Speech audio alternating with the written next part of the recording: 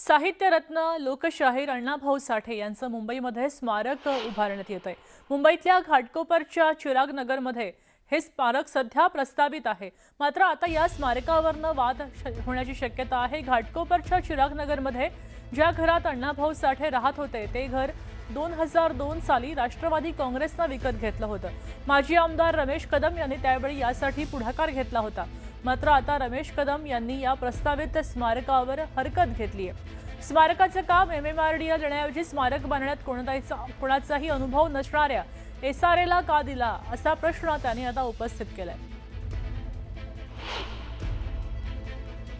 आमच्या या अण्णाभाऊ साठेंच्या या थोर साहित्यिकाच्या या आमच्या अस्मितेच्या आमच्या श्रद्धेचं ठिकाण असलेल्या ठिकाणी SRA सारखी एक कमर्शियल संस्था, SRA सारखी एक बदनाम संस्था, SRA मी मुंबईमध्ये राहिलेलो आहे।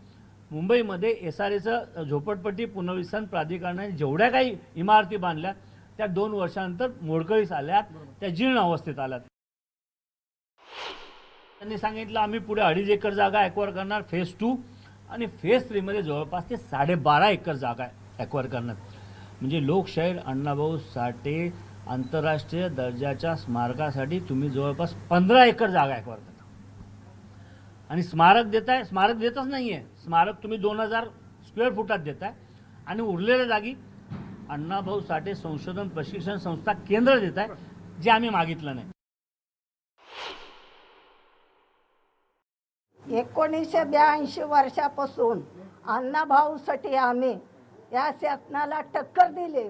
वेळोवेळी आम्ही जागा केले त्यांना आणि नाही तसले ते मोर्चे काढलेत। आम्ही मशाल मोर्चा काढला, साखरदंड मोर्चा काढला, त्रिपट मोर्चा काढला आणि बांगडीचा मोर्चा काढला।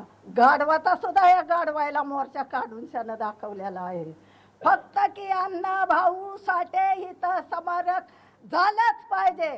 कोणी जर दुसरा जर काळा बाजार जर करीत जर असेल तर संपूर्ण महाराष्ट्रातून मातंग समाज रस्त्यावर आल्याशिवाय राहणार नाही। सरकारला जाण आम्ही करून देतोय।